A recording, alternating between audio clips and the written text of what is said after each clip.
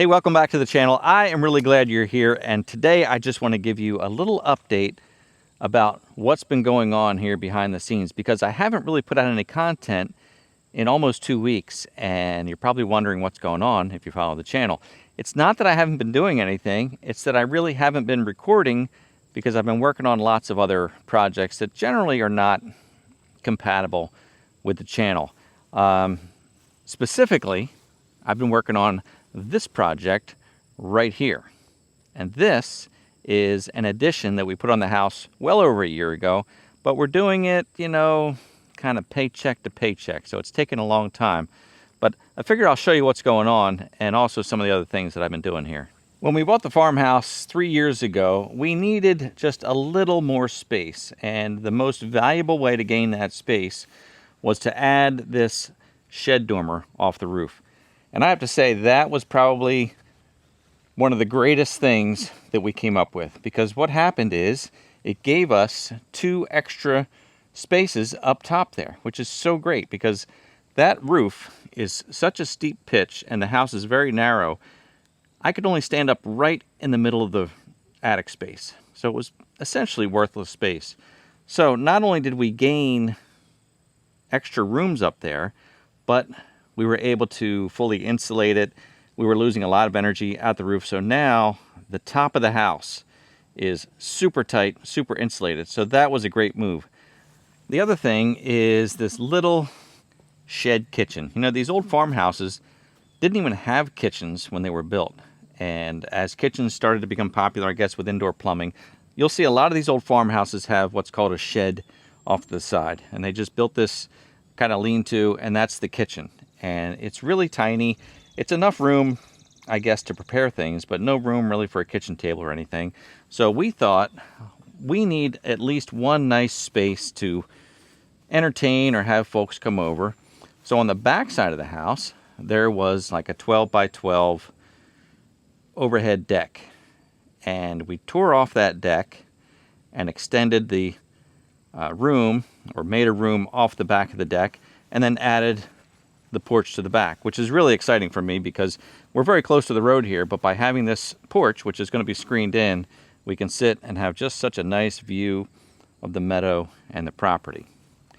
So that's what's going on there, and I haven't really showed any of this again because generally not too fitting for the content on the channel, but I know for regular viewers you will appreciate it.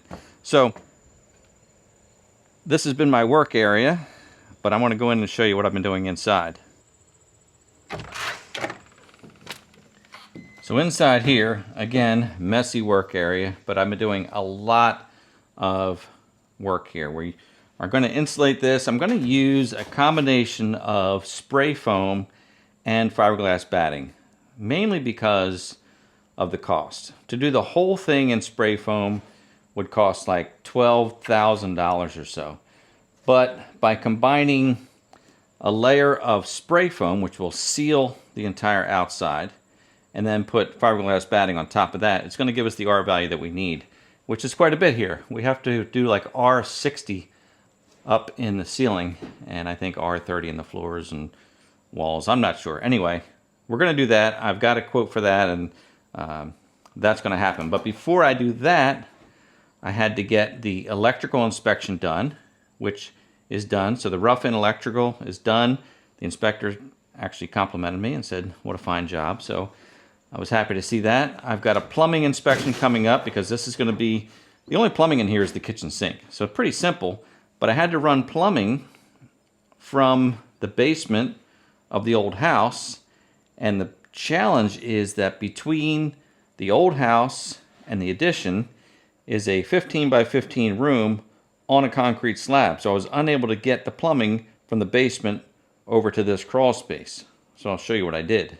I'm not thrilled about having this one piece of plumbing on an outside wall, but I think the insulation is going to take care of that just fine. Plus this will be a conditioned space, so that should help as well.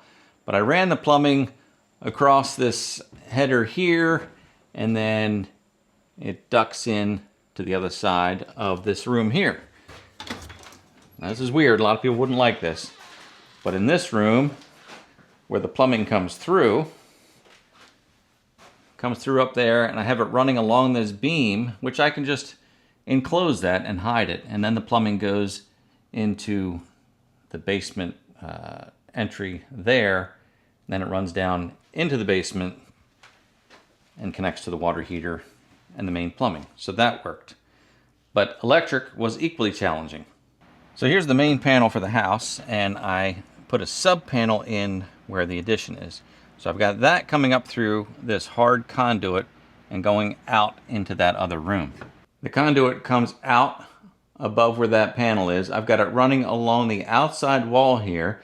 Again, we've got these beams here, so my idea is if I just box out a beam there, it'll look like a beam if I just box out some channel, so I can hide that conduit. That comes all the way across and through to the other side, down to the new sub panel, 100 amp sub panel. It was actually pretty fun to install.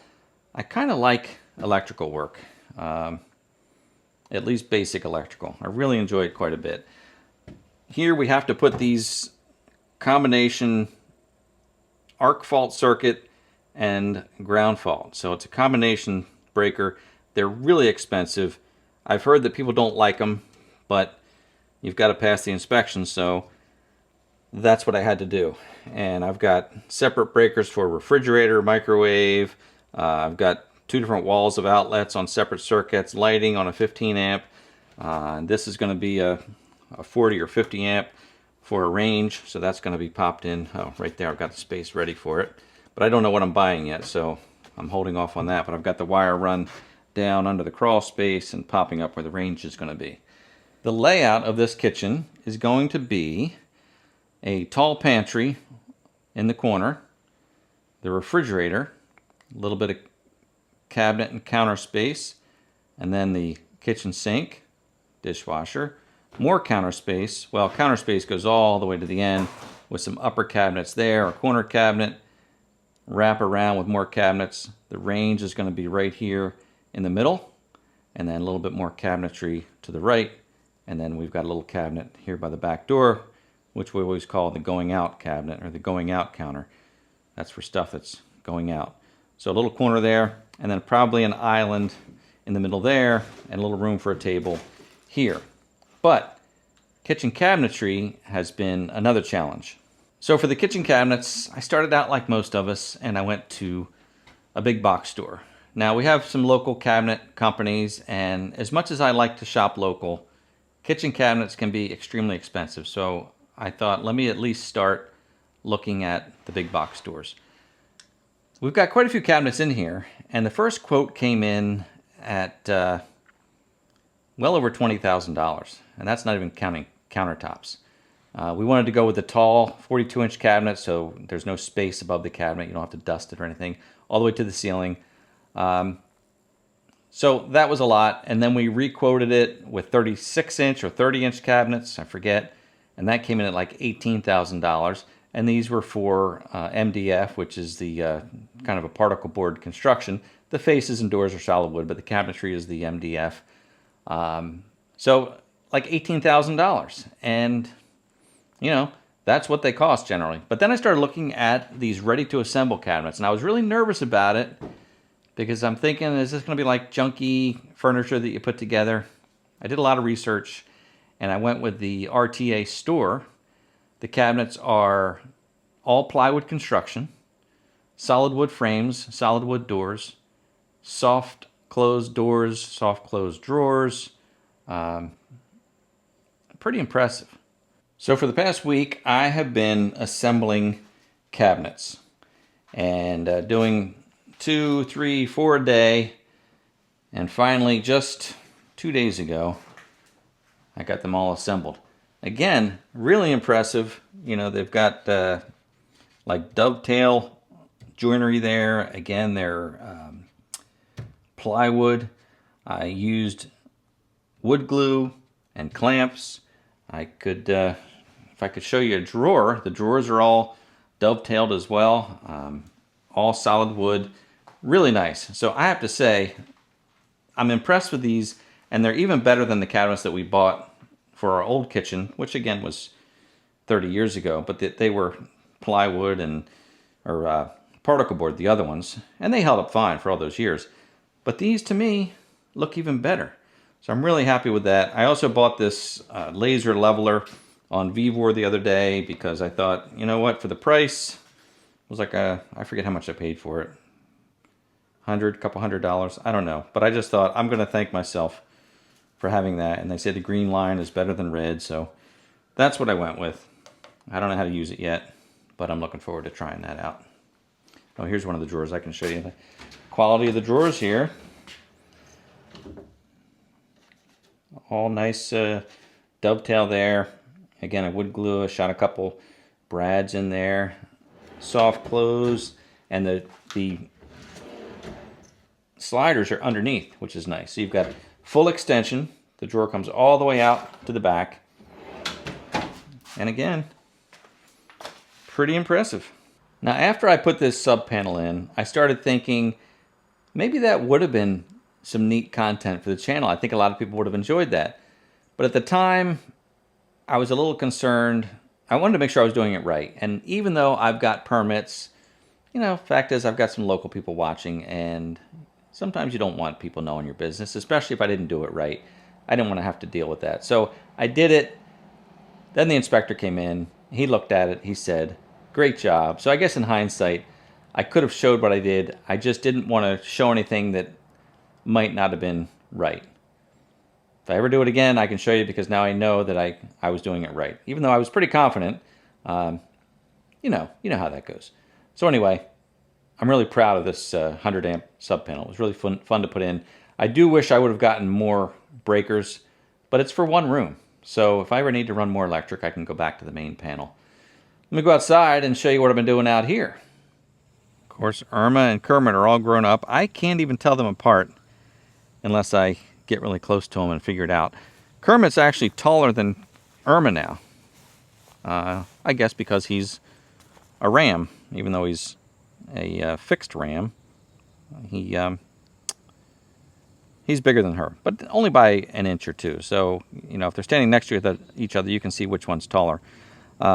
Anyway, they're doing great. We still let them out to free range every day when we're here. We're trying to protect our plants as best we can. Hey, buddy. How you doing? Always shedding. They're as sweet as ever, and they like to come out in free range. I think it's also good for them. I'm getting the camper ready for the Bluegrass Festival, which is coming up in about 3 weeks. The Delaware Valley Bluegrass Festival that we go to every year. So I need to do a little bit of work to get this going. It does need a new battery, and I'm stuck on, should I just put a 12-volt battery in it, or should I do the 6-volt conversion? 2 6-volt batteries in an RV are better than one 12-volt battery because you get longer runtime. You can drain the 6 volts down more than the 12. But I don't boondock all that much. So I did buy the bigger battery box thinking I'd go with 2 6s, but they're kind of expensive. And I just don't know. It'd be easy to do, but I may just buy a single 12-volt for like $150 and go with that, because we're plugged in for the most part. I don't know. I'll think about that, and if I do the 6-volt conversion, maybe I'll make a video and show you that. But otherwise, just got to clean this guy up and get ready to take off here in a couple weeks. The little old Bolins is still here, and quite honestly, it just has not been a priority. I know you guys want to see this thing run again. I need to take the tank off, clean it out. I did get fuel filters for it, and I don't know about the clutch. We'll see. I got to get it running reliably, and then we'll see about the clutch. But the clutch is kind of a problem. I love this little tractor, but again, it's just not been a priority. Speaking of tractors, the old B2601 here is still getting plenty of use, even though, you know, we've got the New Holland 40C here as well. So this is going to be doing most of the work here over the next few months. And I've been using it a lot just to get used to it. It definitely has a different feel than the Kubota. Number one, because it's bigger. It's quite a bit more horsepower, going from 25 to 40. But also, being a different brand, the controls feel a little bit different. The hydraulics respond a little bit differently. And it's just different all the way around. So not that it takes a learning curve, but I just want to get comfortable with it. I've been using the flail mower quite a bit, and the power difference between this and a 25 horsepower tractor is definitely noticeable. But the next thing I plan to do is hook the Woodland Mills wood chipper to it. I've got a lot of wood chipping to do, and that is primarily where I really need the extra horsepower. So stick around for that, and that should be coming up very soon as this heat wave breaks. I've been feeding my marketplace addiction, and you know, it's really more of a hobby than an addiction.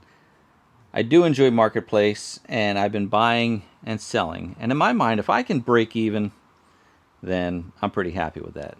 So the other day I found this heavy-duty workbench for sale for $100. I had to drive to Center City, Philadelphia to pick it up, which I wasn't thrilled about, but it was less than an hour to get there, and it was actually pretty easy. So really happy with this find, because the butcher block countertop is worth probably twice that, you know, if I wanted to build my own workbench, which is what I was going to do. I was going to buy steel, I was going to buy countertop, so I'm thrilled with this.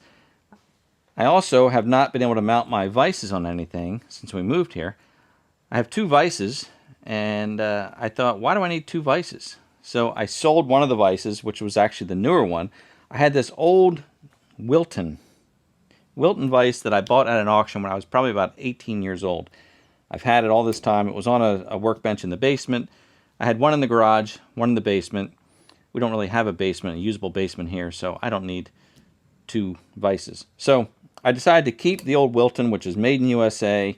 It's a neat little vise, and I just like the way it looks. What I did last night, though, is I took my wire wheel and I wire wheeled the whole thing. It was just pure rust. And then I bought some gloss gray paint, which kind of is an industrial look. Looks like it was orange when it was made, but I like this look of the gray. So I spray painted it, and I'm going to mount this on here now. But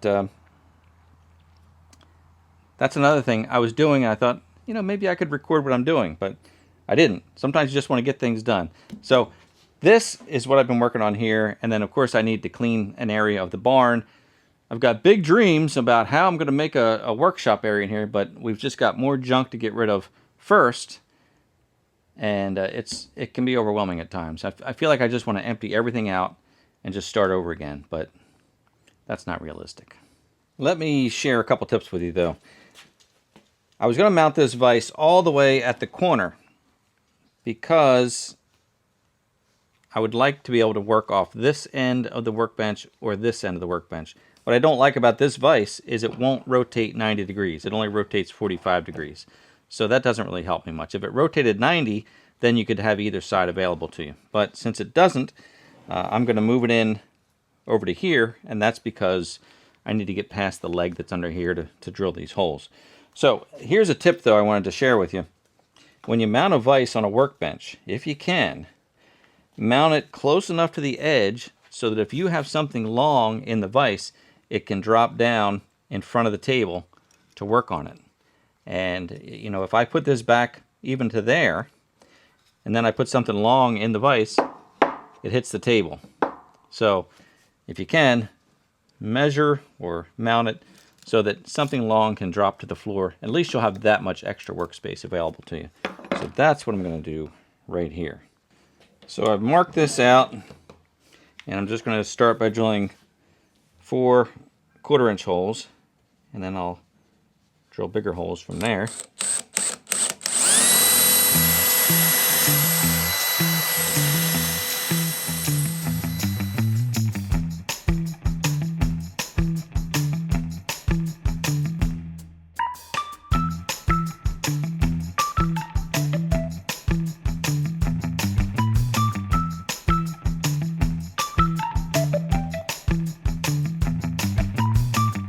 For all of you who can't throw things away, these are the head bolts from the Jeep, the old head bolts.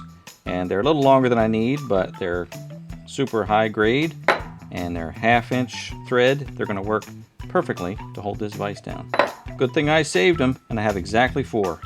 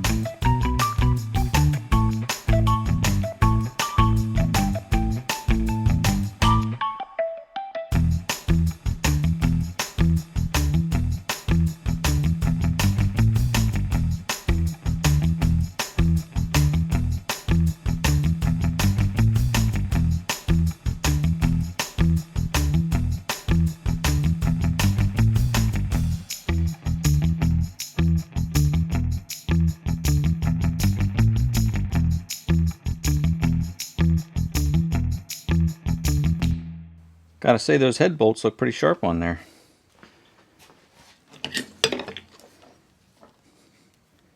I'm just gonna coat this a little bit with some grease. That's what's nice about these gloves, is you can just use your fingers. I mean, you can use your fingers anyway, but without getting too greasy. I'm running low on gloves, so I just put one on. Just like Michael Jackson.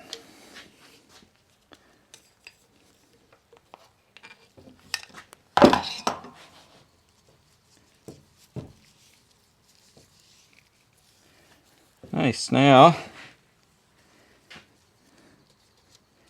that should slide nicely into there.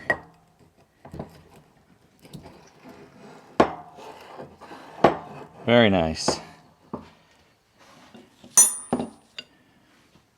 And this nice Acme thread, put a little grease on that too, right on the end. And that'll work its way in.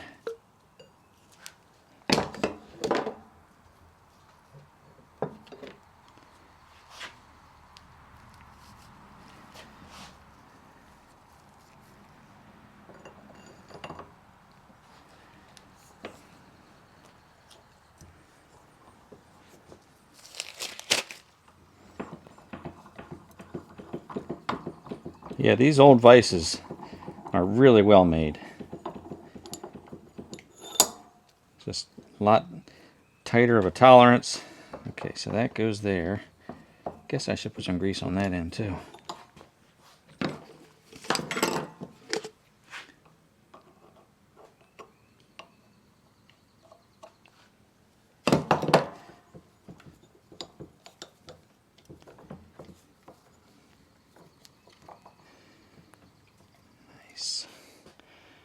And there's just a little clip that holds that in place.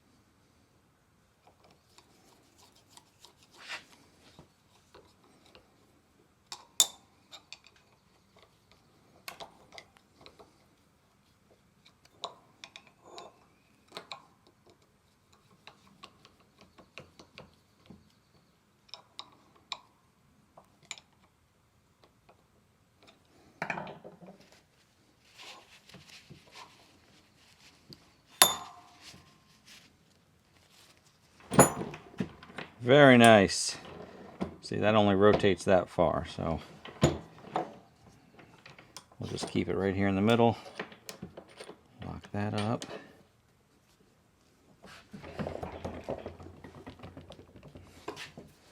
Oh, that's nice.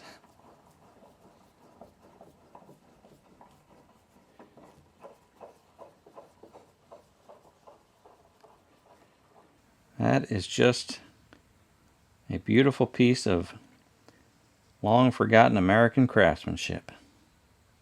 Well, that's just some of the things that I've been working on here, kind of behind the scenes. And if you've been dealing with a heat wave like we have here in the Northeast, you probably understand why I've not been doing a whole lot of work. Anyway, thanks for hanging out with me today. I really do appreciate it. If you like this type of content, and I know this isn't the normal type of content, but if you haven't yet subscribed on YouTube or followed on Facebook, Instagram, or TikTok, I invite you to join me. Let me know what kind of things you've been working on. Thanks for watching, and as always, I look forward to seeing you next time.